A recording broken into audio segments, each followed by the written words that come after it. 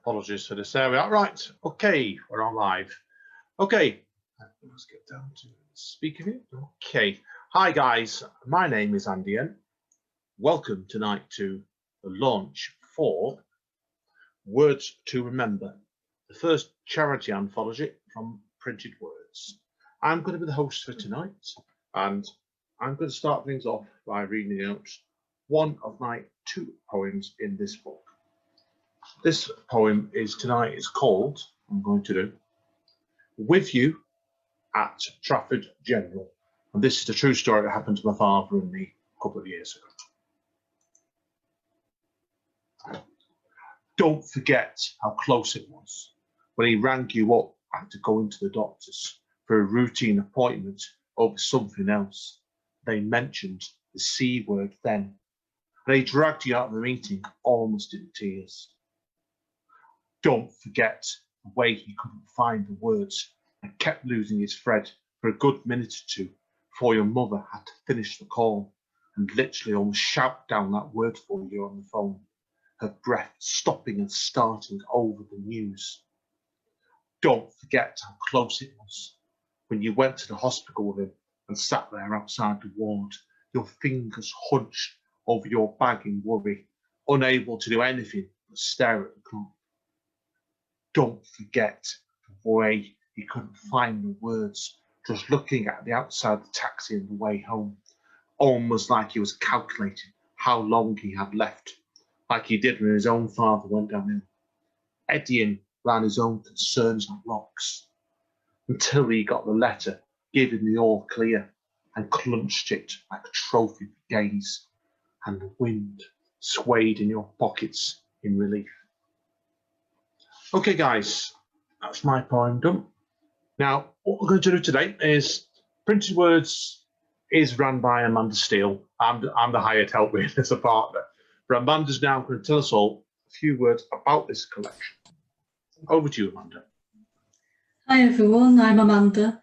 I put this book together. The main reason was my dad died of cancer about 3.5 years ago now, so I wanted to do something to raise money for different cancer charities. I initially had in mind one particular charity that I'm not going to name, but for some strange reason they didn't want me putting the name on the book and said something about encouraging sales, even though that's the point of it. So what we've done is we've said it's for several cancer charities, and as and when we donate the money, we'll post it on the Printed Words page and tell you where the money's gone after it's been donated. And it can be bought from Amazon and a book depository and on all different ebooks as well as in paperback. So that's it, really. Okay, thanks, Amanda. Okay, now what we're going to do today is certainly to start off with today, we've got a number of people here today. We're going to be reading one of each of their pieces from the book. And if we get time, if they've got other pieces, great, we'll get them to do that as well. I don't think we have. So first of all, we're going to hear from a friend of mine that I know for a few years now, Dray Zera. Now, I met Dray originally a few years ago for our love for wrestling, actually, but he's the author of a book called Broken Circuit Board, which came out in 2017, and he also performed on the tour for that in San Francisco at the back end of that year. So he's also done the acclaimed spoken word themed film series Psycho Lucy, and has also been responsible for releasing the Cut Them Loose video with the artist RMB in 2020. Over to you, Dray. I know you've got one point from this book today you want to read. Hello, everybody, and good evening. My name is Dray Zera, and I am honored to be here today. I hope you are all well, and I am honored for Amanda to accept me in this exceptional charity anthology. Now, this poem is in dedication to my friend Toby, who sadly passed away last decade, and is titled Faded Sanctum. The deconstruction of destruction strips away the once sheen foundations to smithereens, taking brick by forsaken brick away from the inner sanctum of your home, safe at the hands of your hobbies and loved ones under the light bulb sun. rolling the dice, shuffling the stack with a monster full of relentless energy. Sparkling with joy behind those specks, as expecting prosperity within a computerish world upon hitting the first degree. Yet the burns and the fade of darkness outside grips you deep from inside out.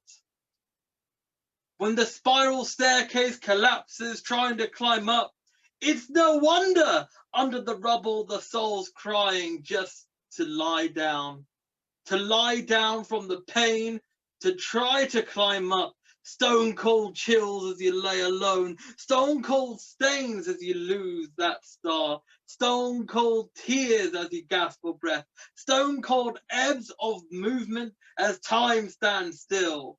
Forgotten you will never be, your sanctuary sacred and stoic, heroic you have been for me, as Toby your pain is set free. Thank you. Great stuff. Thank you very much for having me. My name is Dray Zera, and yes, as Andy says, I do have a book called Broken Circuit Board, but this isn't about my book. This is all about the charity anthology. Thank you.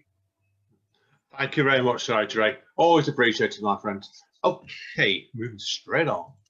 Next person up we've got is another poet, and this lady, it's Emma Lee. It's one that's a good story between how I met Emma originally. I've done a podcast Emma, I say spoken label, but I first became aware of Emma when she did a co-edited Over Land, Over Sea, done with 5 Leads Press in 2015, and she is herself an author of books including the recently released Significance of Address and Ghosts in the Desert, and she's also the Poetry Reviews editor of the Broken Nib, then Blue Nib. Thank you very much, Emma. I'm looking forward to hearing your point today. Thank you, Andy, and also huge thanks to Amanda because she took 2 of my poems for the anthology. One of them, Remember to Breathe, I recorded for the promotional video that's also out there on YouTube. So today I'm going to read the second poem, which is A Black Work Heart in Coral. Simple backstitch worked into a small pattern like an open box with a cross at the centre, linked to a bigger pattern to form the shape of a heart. Start in 3 strands, then 2, then 1, so the heart fades towards the edges, appearing worn and brittle. There's a gap in the middle, space for a name or an absence. Thank you. Brilliant. Thanks, Emma. Always great hearing your material. Very touching as well. Okay, we'll move straight on then. We're on to a short story now. And we're going to be hearing from a lady called Sam Palmer. Sam is a secondary school teacher from Stoke-on-Trent, and she's a short story and flash fiction writer, and particularly likes to write about relationships and families, often with women as a focus. And this piece, I found out when I was reading up for you, and it was originally was a competition winner for firstwriter.com 12th International Short Story Contents Awards, whereas reprinted with permission. So over to you, Sam. I'm looking forward to hearing this today.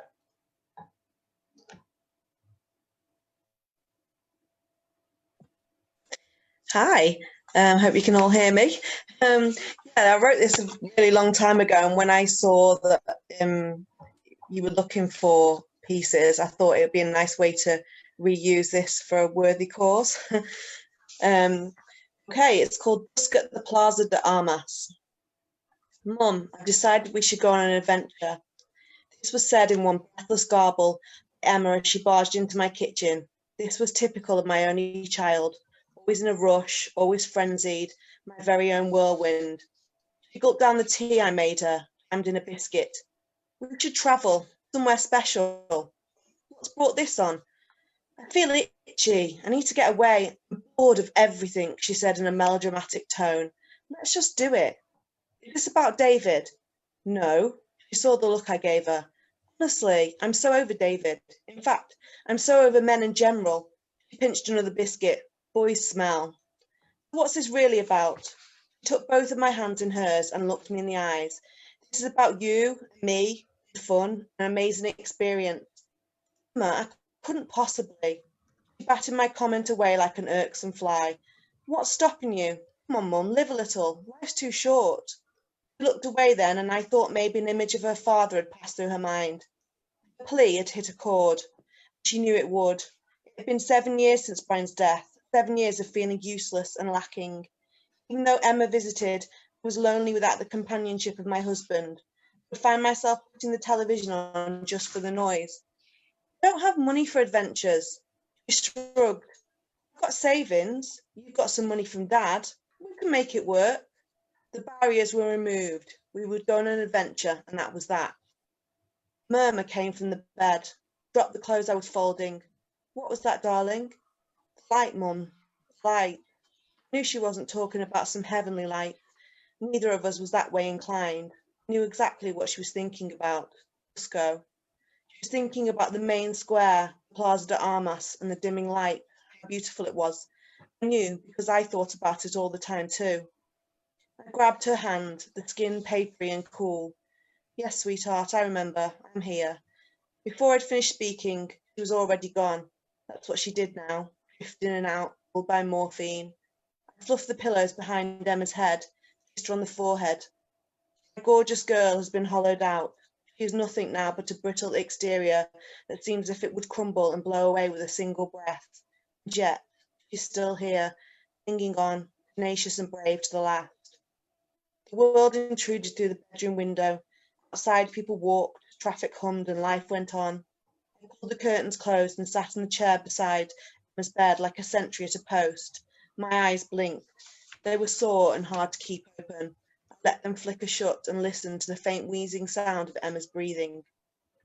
I didn't fancy India. I'd heard too many tales of Delhi Belly, and Emma wasn't keen on New Zealand. Eventually, we decided on Peru. We'd seen a documentary about Machu Picchu once. The basic consensus was that it was a wonder of the world and definitely not to be missed. I'm not trekking or living in a tent. I have to draw the line somewhere, Emma.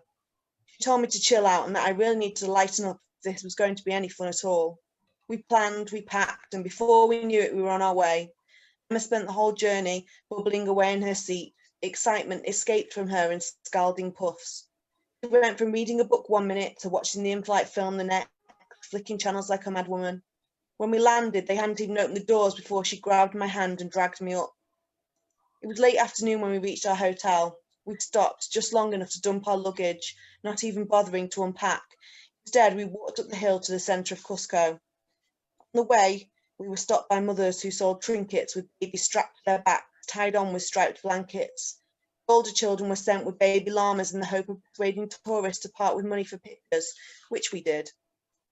Finally, we came to the main square. I tried to take everything in at once. The cathedral, the hills, people. It was just too much. We stopped and sat on the edge of a fountain, watching the light change and the shadows lengthen. I pulled Emma closer and kissed the top of her head. We're really here. When she pulled away from me, her eyes sparkled with tears. Emma, what's wrong? She brushed at my face. Nothing. It's just so beautiful. Yes, beautiful. Light. She embraced me in a bear hug. I love you, Mum. On the way back to the hotel, we found a cafe up some stairs. It sold hot chocolate, and we sat near the window and clinked our cups together in a toast, congratulating ourselves. Days were spent on our feet, visiting as many sites as we could. Sexy Woman, the market at Pisac, Liante Tambo. When we returned, tired and sore, we relaxed with food and pisco sours. Our faces ached from smiling. The best was saved for last. We took a train to the town of Aguas Calientes, an overnight stay, and in the morning we would enter Machu Picchu. In the hotel, neither of us can sleep. 11 o'clock, and I stared at the ceiling while Emma lay on her bed, eating a chocolate bar and reading the travel guide. She raised her eyebrows to me, pointed at the book. Did you know that when Inca leaders died, they were mummified and put on display? How horrible! Why horrible? So dignified. She rolled over onto her front. They're not there anymore. It's only a body. What does it matter? Well, I suppose so. I paused. Where do you think it all goes? I mean, nobody knows. That's the point, isn't it? Death, the big cosmic joke, which was on our toes. You never know. Death could be the greatest journey yet. Oh, that's such a cliche, she snorted. Then she became more serious. I won't be afraid, no matter what. Not long after the sun rose, we took the bus up into the mountains before walking the final part along a dusty road. The ruins of Machu Picchu appeared so clear and bright against the cloudless sky. I think both of us held our breaths at the exact same moment. Everything seemed unreal, and we rushed around, so overawed to be there, eager to see it all in case it disappeared like a puff of smoke, like a dream. Mum? No, darling. We couldn't finish, and neither could I. There were no words. No sooner had it started than it was time to leave. We packed with misery on our faces. Emma angrily shoved things into her case. I don't want to go. Let's stay here, become Peruvian llama herders and live in the mountains. No can do, darling. Real life beckons. Her mood faded even more the closer the plane got to home. By the time the wheels touched down, she looked grey. We waited outside for the taxi, a slight drizzle covering us. Thought I understood her feelings, that it was the depression of normality seeping in after seeing such amazing sights. Difficult to come back to this. She shuffled her feet and stared at the ground. I've got cancer, Mum. It's terminal. The car pulled up then, and I just stared at her, hoping that there would be a punchline or a sly smile. The taxi driver loaded the cases and asked about a holiday, and I was dumbstruck. Back at home, I made us cups of tea, and we sat across from each other at the kitchen table.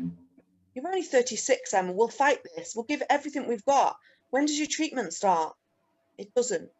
What do you mean? Mum, there's no miracle cure here. If I thought fighting would help, I would. You know I would, but it won't. It'll just delay the inevitable, and I want to die on my own terms. She sipped at her tea. Besides, you always told me it should be quality over quantity, Emma, she said, mimicking my voice. I found myself laughing, and then I was crying.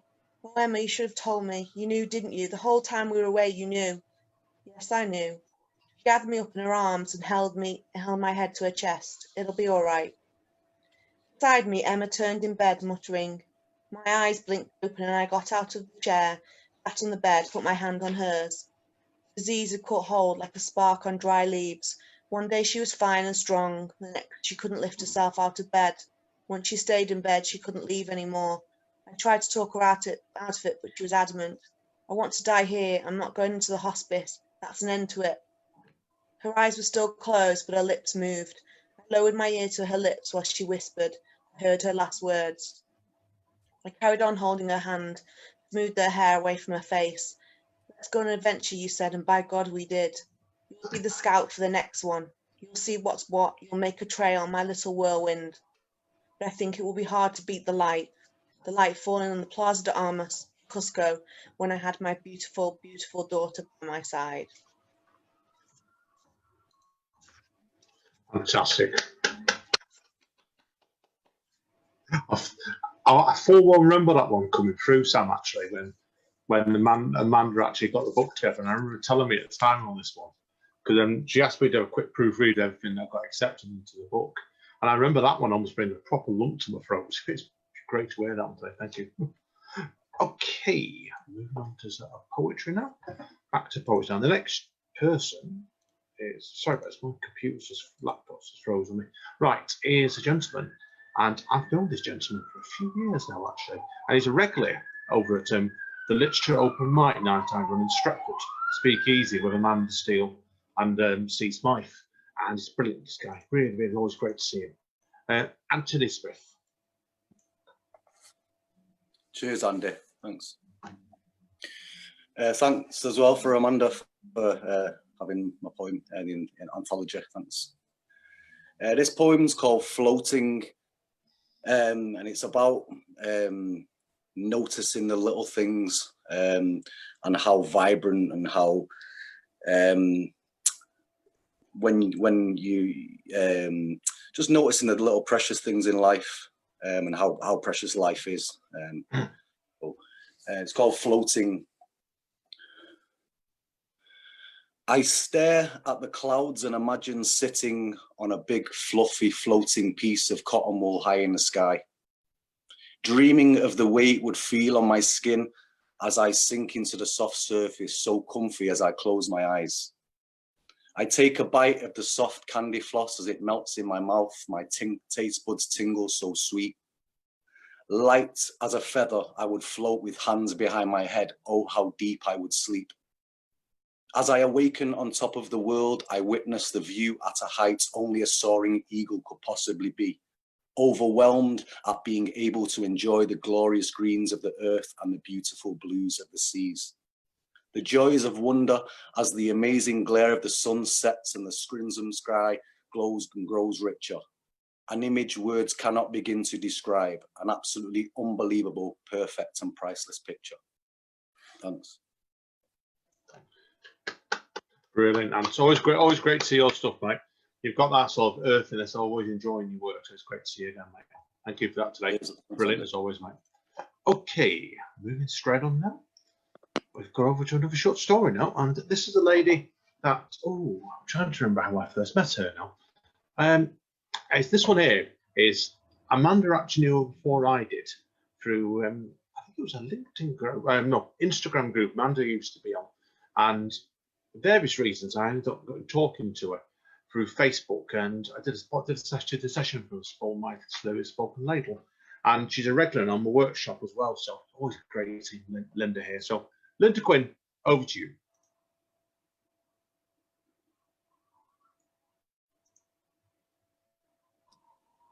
Okay, well, thanks Amanda, and thanks Andy for having my work and lots of different things, but particularly this one. It was important to me as a survivor of cancer myself. It felt like a really positive and, you know, good way forward. And the story that I'm going to read it actually started off as a prologue for the book I'm writing, and it's called Life Support, and I'll read it. I'm very far away from home. Home is a shining ball of blue in the blackness. You can't see people from here, but the light skips the line of the hills and the tallest trees that poke into the dark. And sometimes I can see the flicker of a bird that flies too high and dips, or a cat or a monkey that got chased to the top of the trees. They meow and chatter and screech, then disappear quickly when they see the emptiness of space. They don't give themselves time to get used to it. In between and far away, there are glittering stars, and far away, they hang in clusters like the chandeliers in the hall at my old school, huddled above and below, all around. And sometimes they grow brighter and spin, folding in and out like a kaleidoscope. And sometimes when that happens, one of the stars will explode into 100,000 strings of light. They breathe and whisper and sing as they scribble and tie themselves into words and stories in the dark. When they get close, it feels like the sounds are in your body. If you catch one and close your eyes, it can take you to all the places in the back of your mind, or you can remember or imagine. You can travel anywhere through the dark in no time at all. It's always now. I can't understand always the words when I catch one. It whips around my hand like a lightning flash and thrums, connecting me and wrapping itself around the sounds until I can see the shape and colour, and I can see what was invisible, even with my eyes closed. And sometimes it's just an ear with a hair tucked behind it, moving round to an eye and the bridge to a nose, or a finger smoothing the creases of a dress or collar, fraying threads and hairs all get tangled up. And they might turn out to be my mum, Hope, or my brothers, Matthew, Mark, Luke or John, or even Katie Gomer with a bag full of Bazooka Joe comics. Or it might be a place from somewhere I used to know, in another time, not now.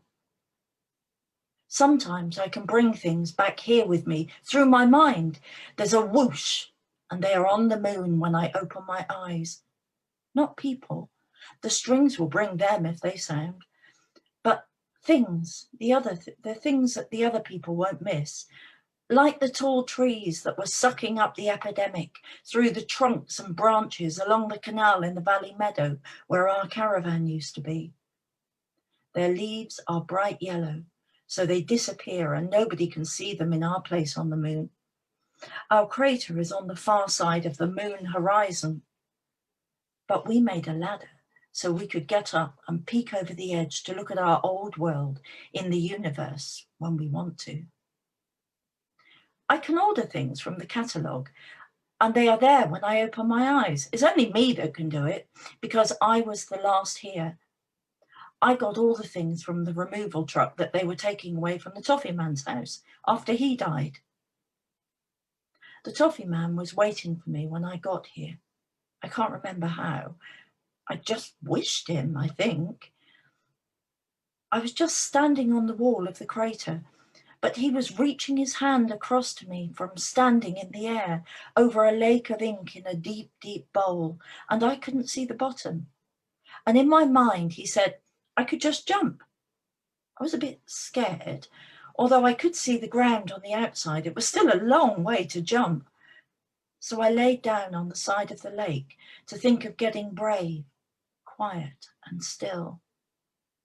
And as I was looking out, chandeliers of stars began to appear.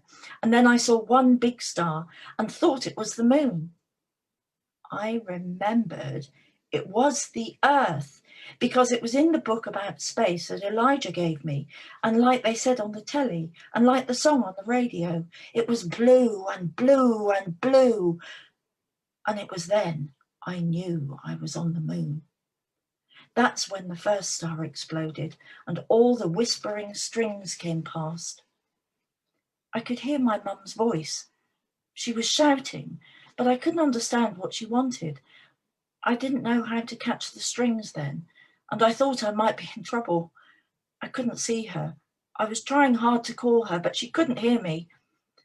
I felt the warmth of her hand around mine, and I heard her crying, "Why won't she see me?"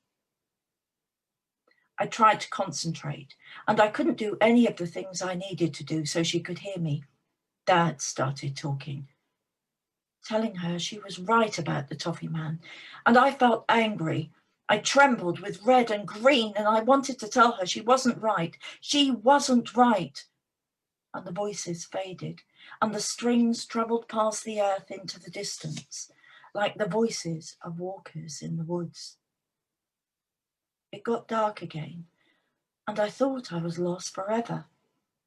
I sat up on the edge of the crater and turned my back to the earth, and then I heard his voice. "Jump in, April. Don't be afraid. I'll catch you." And so I didn't think about it. I just did it. First, I slid down fast, then I was pulled up. The first surprise was how high and how slowly I flew, really like a swan with heavy wings, like beating of a heart in my ears. And for a while, I circled and crisscrossed the crater, swooping and gliding through the dark, dipping my fingers into the well of inky blue. In my heartbeat, I heard my mum's voice calling me. "April, April, please, please, April." And somehow it felt like if I flew up and up and up, and I reached for the tips of my wings for her, I could write my words into the light. And another star exploded, and a rainbow of threads and strings filled the space, then started plaiting and weaving, and I could see my mum's face and her tears. It made her so sad to love me, and I didn't want her to be the sad. I heard Dad's voice again, and the strings knitted up his hands, taking her face and turning it to his, and he was telling her, "We just got to stick together." And I knew she would never believe in me, only finding her sadness in me. And I felt Dad's hand pretending love on my face, sliding across my lips, across my cheeks, to scissor my nose. "April, April, please, April." And this time, I fell into the darkness. But as my eyes got used to it, it wasn't dark at all. I'm a bubble, rolling and falling and then rising from the tangled mist, and I make my dead arm tingles fly. There he is. I can see him waiting to catch me. So small, like the tiny farmer in the playset, among a patchwork of colours, big, fat, fuzzy felt pieces, finding the right place on the ground. But as he catches my hand, everything becomes clear and sharp. It's his garden, only it's bigger. It's like I'm looking at everything through a magnifying glass, like at school, only it's not just one thing, like a fly or a flower, but everywhere. Everything looks like you're close to it all at once, no matter how far away it is. It's like everything is already in your eyes. And it makes me dizzy. I thought my heart was going to be crushed at the end, rushing like a train, screeching to stop at the black. Pictures, feelings, and strings of light tumbled out and cut through my mind, like if you opened the great big doors of a giant's cupboard and everything fell out, and all the memories of 1,000 days of blackboards and books, of fields and forests, of Sunday school and sermons. And then I felt the kindness of his voice rumble in my mind, and the toffee man said, "Remember your life. Don't let go of it." Thank you. Fantastic, Linda. Brilliant taste that. So now I should have mentioned before, obviously, that just to clarify for people that didn't know this, that is the prologue for your forthcoming novel, isn't it? Which is it still called The Toffee Man and the Kingdom of End? At the moment, it kind of got shifted. Now I think it's going to be the Toffee Man and the Kingdom of Ends. So, yeah, I know it's changed a few times. Yeah, it's gone from one to the other. It was the Toffee Man for a long time. Then it was the Kingdom of Ends, and then I just thought, actually, the Toffee Man needs to be there, because as you know, as you rewrite something, you start understanding how important a character is that perhaps you kind of saw as, you know, slightly different, and you start understanding your own work, I think. Yeah, actually. perfect, brilliant. Well, no, thank you. We're saying no more about it. We'll move straight on, but hopefully it'll be out relatively soon. Yeah. That's what I know you've been telling me. So yeah, well, fingers crossed for you. So right, okay, we're on to another short story right now. Something, as I say, look at Monty Python used to say this, and now for something completely different. And we've got a young lady on now, and I met this young lady originally over at the Sunday Assembly last year in Manchester, and it's Ilaria. And Ilaria is a writer and performer, drawing on her bizarre childhood, her varied experiences, and a magnetic attraction for very strange people's tales to tell. She's worked and featured on Huffington Post and BBC Radio, and last time I heard, she was developing a full-length storytelling show for grown-ups with a wonderful producer, with the title of Lady Ilaria's Draws. So, Ilaria, over to you. Hiya, thanks for having me on, Amanda. And this story is called The Kids with Matches. Oh, I have a little cough. It was a cold and rainy day. One more cough, no more coughing. It was a cold and rainy day. I held on to my little sister's hand. We were both in a bad mood, and my brother was annoyed as he'd not been able to watch the end of the bill. He had a thing about watching the end credits of TV programmes, and the bill was his favourite. He liked the legs in tights walking along the concrete. We all have our quirks. We were waiting for our errant father to arrive. The Italian was always late. Lateness wasn't his worst quality though. He was only allowed to see us once a week, and the court said it had to be in a public place. He was, and there's no other way of putting this, dodgy. My mum softened us up for our weekly ordeal by taking us for a Coke float at a cafe in town. We really didn't want to see him. He made us feel nervous. I watched the ice cream make the Coca-Cola cloudy, knowing that once this delicious treat was over, it was time to see the Italian. So I made sure I took forever to drink it. Now, my mum is a woman of the world, and she couldn't be fooled. I know what you're doing, you wee monster. There was no escape. Now, he was even late later than usual. I looked up at my curly-haired mummy, clad head to toe in tie-dye, and said, "He's not coming. Let's just get the bus home." My brother and sister nodded excitedly. They didn't like him either. "Sorry, kids, but you're going to have to wait," she said in her Scottish accent, shattering my plan. All of a sudden, a dark shadow appeared and my heart sank. Here he was. Not Daddy, not Papa, the Italian. He looked hungover and pissed off. He was holding onto a gift bag. My brother and sister's faces lit up when they saw the bag. "Presents," they said with their eyes. Now, I had a feeling that my gift wouldn't be something to get excited over. I'd recently started to see through him. One day I looked at him and it all became clear. The man was an arse, and I made sure that he knew it. The older I got, the more I realised what a bad egg he was. The worst egg. Imagine that egg being a bit of a psychopath. The more my dislike for him became apparent, the crapper my gifts were, and the nicer my siblings' gifts were. This week, he handed me a very creepy looking clown doll. So scary that even our friend's boxer dog wouldn't go near it. Gave my sister a beautiful fluffy teddy bear and my brother a hand-painted train set.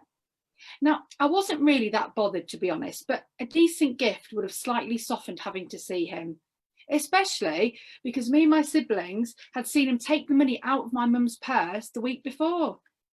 She'd nipped out for a wee and he smoothly slipped out a £20 note from her purse, put his fingers to his lips and said, "Shh, our secret." Well, he could have at least spent it on something decent.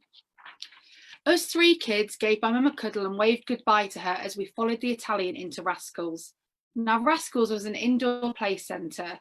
We were feral kids, but the brilliant thing about Rascals was that we were never the naughtiest. We got to the front desk and a bored-looking girl with an orange face said, £3 each. The Italian tried to charm her to get in for free. Now, he attempted this every time. It never worked. He had plenty of money, though, stood there in his designer shirt and leather slip-on shoes. You know the type, those white ones with a little chain on the front. I apologised to the girl and rolled my eyes. I thought I was so grown up. My little sister put her hands on her hips and said, "That's it, I'm getting mummy." The three of us marched outside, my teeny sister leading the way. My mum was still there, holding on to her purse. She knew what was going to happen. This day was getting expensive for my mum. She had to give us the extra pound coins for orange squash, and then she had to buy the Coke floats and entry into Rascals. We said bye to our mum again and went back inside. The Italian had left the counter and was already sat inside on a white plastic chair. He was chatting to a young woman who was breastfeeding her baby. He was handing her a pen and a napkin to get her phone number. But we'd only been gone a couple of minutes and he was already pulling. This was fast work indeed. He spotted us and loudly said, "My children, I have missed you." He made sure that he looked at his new girlfriend as he said that very loudly. She fluttered her eyelashes at him and gave us a smile. I look back and find it typical that out of all the women in there, he chose to speak to the one with her tits out. My sister, brother and I dived into the ball pool. We thought we were VIPs with our Rascals wristbands on. We climbed up a ladder and crawled through a glow-in-the-dark tunnel. The tunnel made everything sound like you were underwater and it smelt of warm socks. Normally, it was empty and it was our secret hiding place. But not today. Today we had visitors. We could see 4 shaved heads in tracksuits. At first we thought they were grown-ups, but once we got closer, we saw that the children were about our age, and we were very intrigued by them. They were not like the children in the village we lived in. They were town kids, which was a different breed altogether. I bet they got on the bus on their own and had televisions in their bedrooms. I wanted to know more about them, but I was a bit nervous. My brother and sister pushed past me and crawled towards them. My siblings asked if they'd ever tried the Rascals orange squash. Now that's probably the equivalent of adults asking about the weather. I'd been warned about the naughty kids at Rascals. I thought this might be them. I had a feeling they were bad news. I crawled further into the tunnel to join my brother and sister. One of the shaved head kids introduced himself as Bad Baz and pulled out a box of matches. My siblings and I gasped. In genuine shock, I said, "You're too little for those, and you're not allowed things like that in Rascals. There's rules." Well, that is a great way to make friends. Remind them of the rules. Bad Baz replied, "Yeah, so what? We do what we want." The other matchstick kids nodded in agreement with Bad Baz. Baz was definitely the leader. He did all of the talking, whilst the other three just nodded. I thought carefully and in my most annoying voice said, "Yeah, well, I'll tell the people that work here." My little sister, 4 years younger, but much more streetwise, elbowed me in my tin ribs and whispered, "Shut up, they've got matches." She was right. They had to be in charge. I backtracked and said, "Only joking, I love matches." The smallest member of the matchstick kids asked if we'd ever set fire to anything. My brother told him that it was on his list of things to do and that on his list of things he wanted to do, but at the moment he was more into chopping worms in half. All of the other matchstick members laughed loudly and said we could be in their gang. My little sister agreed immediately. She loved danger. Did this make us cool? We were part of a gang not to be messed with. It had all happened so fast I was torn. Do I go along with this, or do I tell Linda, the lovely lady that makes the drinks? Now, Linda always felt sorry for us having to spend our Saturdays with the Italian. She fancied him at first, but then realised that he was more like the baddies in the Godfather films than an Italian stallion. He'd always kick off that they didn't serve good quality espresso and that the food was rubbish. He'd wave his hands around, shouting in his thick Italian accent, "The food in England is disgusting." Us kids would bury our heads in our hands, apologise to Linda with our eyes, and then run and hide in our tunnel. I think he saw the indoor play centre as a place to pull women and shout at people. But Linda gave us extra chicken nuggets, so in our eyes, she was God. It annoyed us when the Italian was rude to her. Surely extra nuggets meant I had to tell Linda about these naughty boys. But before I could give it any more thought, the matchstick kids handed my brother and sister and me a match each and taught us a very simple handshake. We slipped the matches into the front pocket of our dungarees. It was official. We were in the gang. I couldn't wait to tell the kids in the village about this.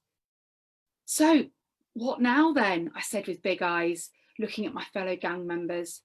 Bad Baz said, "We just sort of sit here and that." Being in a gang was slightly underwhelming. All of a sudden there was shouting and banging. Every gang member's eyebrows lifted.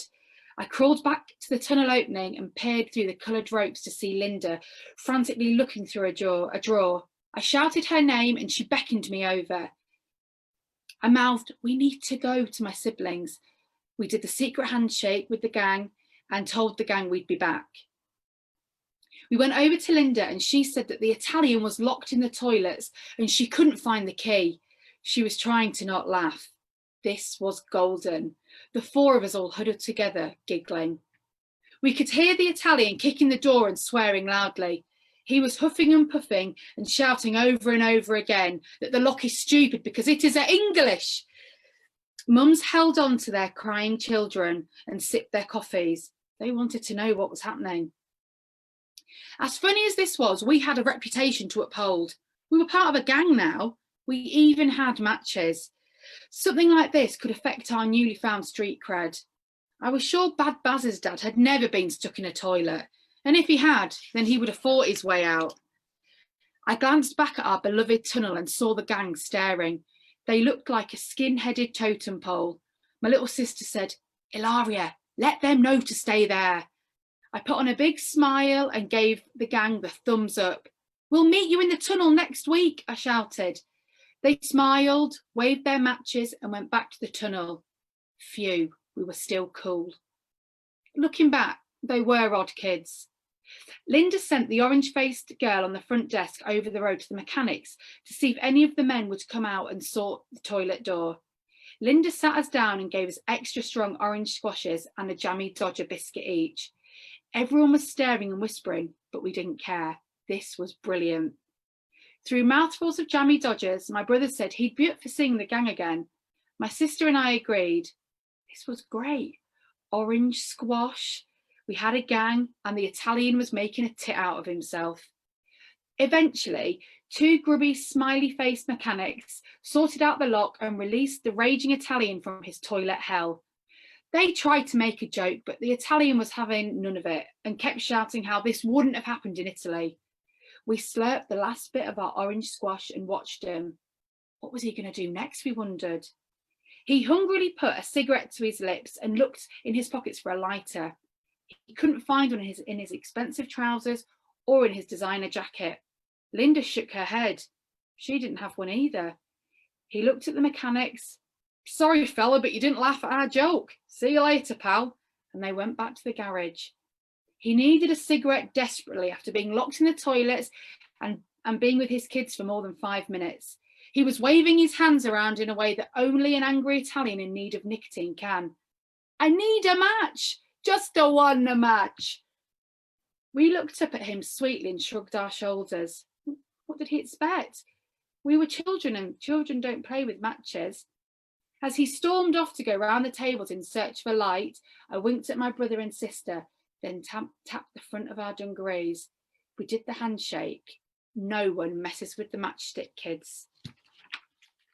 Thank you. Brilliant. Always great hearing you, Ilaria. Thank you. I think the description I've been given of you is perfect. It's always great to hear those pieces because they're almost like those sort of pieces you're wondering whether they're true or not. And I know you, and they are true. They are true, yeah. We're just a weird, dodgy family. I'm letting you say that. That's all I'm going to say, right? No comments. It's fantastic. I'm saying nothing, right? So I'm not copying you in it. But brilliant. Okay, guys, girls, that's it for tonight now. But before we finish, I'm going to take a quick back to Amanda, and I've got a quick announcement to do at the end of it. So back to Amanda very briefly. Okay, just a reminder, if you want to buy the book, you can get it on Amazon and Book Depository and all the ebook platforms. And if you go to the Printed Words Facebook page, there's a pinned post on there with all the links.